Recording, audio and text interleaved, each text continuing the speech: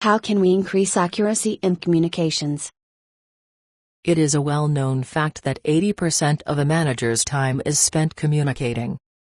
It is a somewhat less known fact that the normal efficiency of communicating is pretty low. Right after the information is heard by a person, he can remember only 50% of it, and after a month the retention falls to 25%.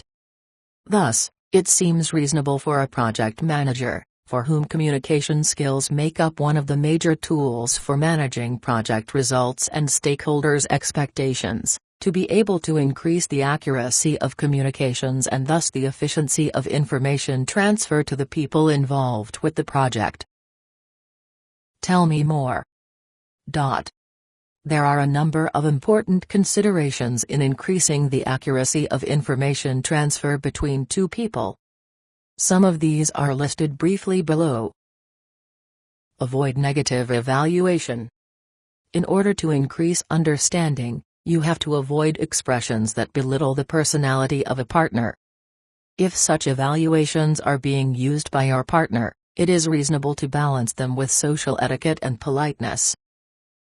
Avoid ignoring what your partner is saying.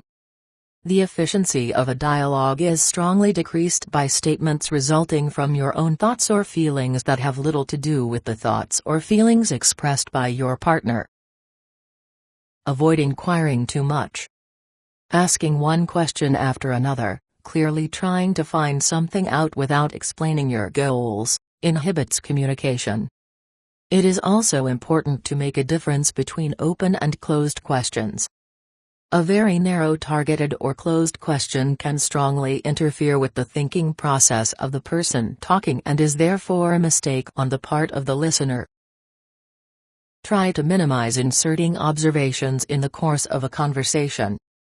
Various types of observations like "let's get closer to the theme" can inhibit the speaker and therefore decrease the efficiency of communications. Practice active listening. It is good to accompany your partner's words by signs of understanding and perceiving information, such as "I see," "indeed," etc. When choosing the types of words to be said, it is important to consider the personality type and the mood of your partner so that you don't give the impression you are doubting what is being said. Ask for clarification. Asking a person who is speaking to repeat or clarify something that was not understood or that seems arguable might help increase your understanding of what was said. Paraphrase. It is useful to repeat what was said by your partner in a shorter form using your own words at certain times during the conversation. Develop thoughts further. A technique that can increase the efficiency of communications includes further developing what was said by your partner. Be careful to do this only within the logical framework set up by the person who is talking, otherwise it might be regarded as ignoring what is being said. In order to develop a thought of a partner, you can do several things. Add to what the partner is going to say but has not yet said without interrupting. Add the logical consequence of the words being said.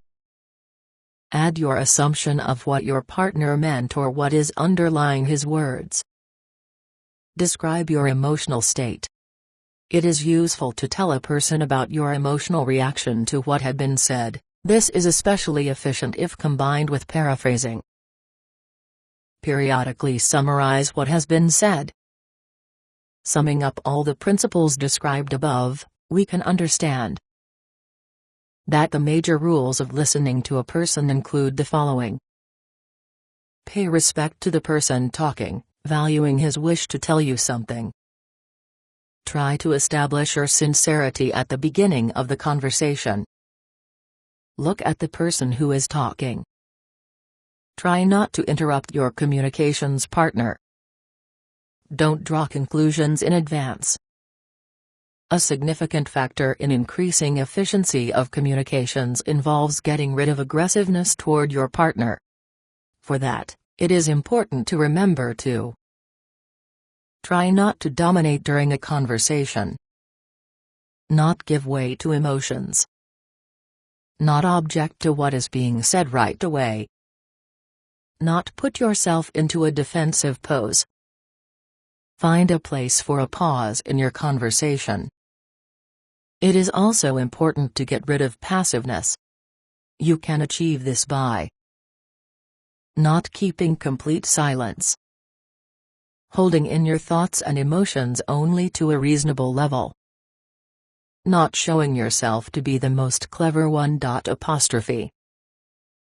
Not allowing your relaxation to transform into frivolity, apologizing when you are tired,